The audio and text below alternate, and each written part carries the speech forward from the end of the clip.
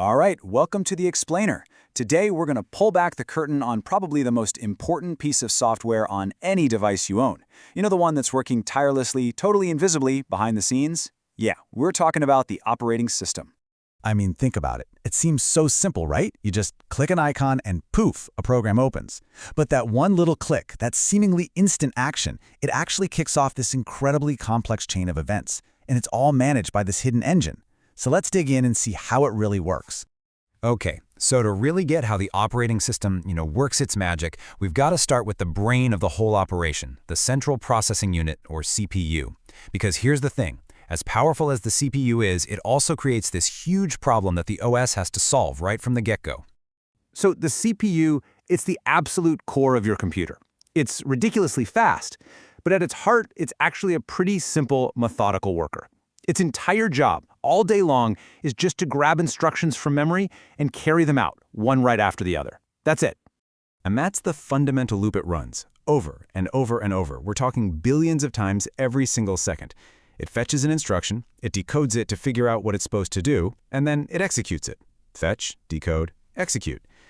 But this super simple, repetitive cycle, well, it leads to a major challenge. Which is this. If the CPU can really only do one single thing at a time, how in the world can you be browsing the web, listening to music, and getting email notifications all at once? How does that work? Well, that illusion of multitasking, that's the very first and you could argue the most important magic trick that the operating system performs. So here's the secret. The OS takes every single program that's running, your web browser, your music app, your email, and it wraps each one up into this neat little self-contained package called a process. Now, a process isn't just the code, it's a whole container with everything that program needs to run. And then the OS acts like a master conductor of an orchestra. It just rapidly switches the CPU's attention from one process to another, so incredibly fast that to us, it looks like everything is happening at the same time. Okay, but to manage all this juggling without it turning into total chaos, the OS does something really clever. It creates two totally separate worlds inside the computer. First, you've got user mode. Think of this as a safe, restricted playground where all your applications live. They can't just go and mess with the hardware directly. And then there's kernel mode. This is like the castle's inner keep, the privileged sanctum where the operating system itself lives. And from here, it has complete and total control over everything. This separation is absolutely critical for keeping the system stable and secure. All right, so the OS is juggling all these processes on the CPU. Great. But that just creates a brand new problem. See, all of those processes, they need a place to live in the computer's memory, the RAM.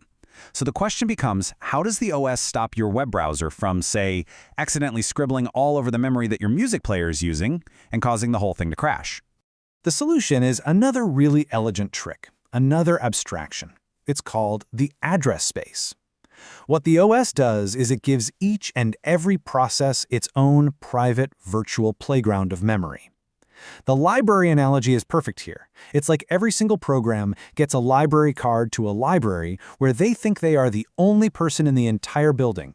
They have no idea other people are there. They can't see anyone else's books, they can't write in anyone else's books, and that's how you keep them from interfering with each other. And you know, this management job isn't just about the main memory, the RAM. The OS is actually managing this illusion across a whole hierarchy of storage. It's like a master logistics expert, constantly shuffling data around from the tiny lightning-fast registers right inside the CPU, to the slightly slower cache, to your main RAM, and all the way down to your much slower but way bigger hard drive or SSD. It's doing all of this just to keep things running as smoothly and quickly as possible. So that brings us to the next big challenge, and you can see how these problems are starting to stack up. Now we have to tame the wild, incredibly complex world of physical storage. I mean, just think about an old-school hard drive for a second.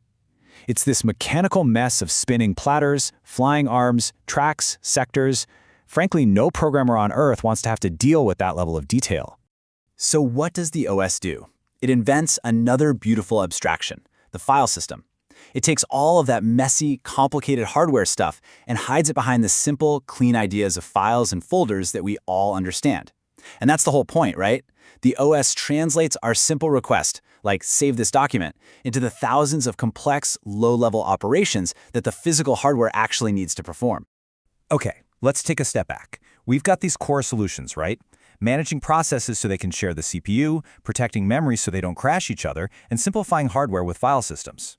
But for any of this to actually work, you need a central, trusted authority. You need a referee to enforce all the rules and manage all these clever tricks. And that authority is the kernel. The kernel is the absolute heart of the operating system. It's the piece of the puzzle that gets to run in that privileged kernel mode we mentioned earlier. This gives it the final, undeniable say over every single resource in the computer. It really is the ultimate guardian of the entire system. But this brings up a really important question.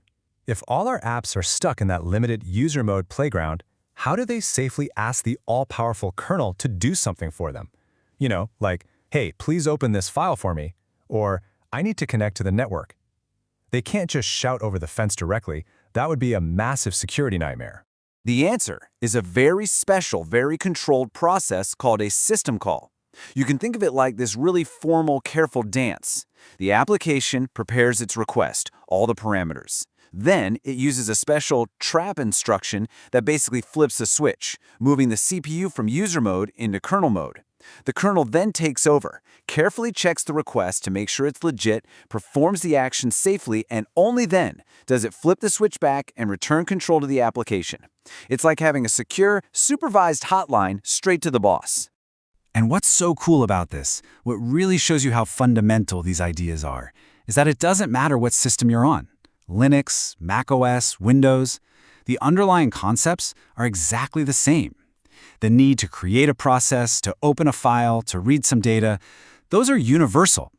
Yeah, the specific names of the system calls might be different, like fork on one and create process on another, but the core services the kernel provides are just remarkably consistent everywhere. So, seeing how universal this all is really brings us full circle.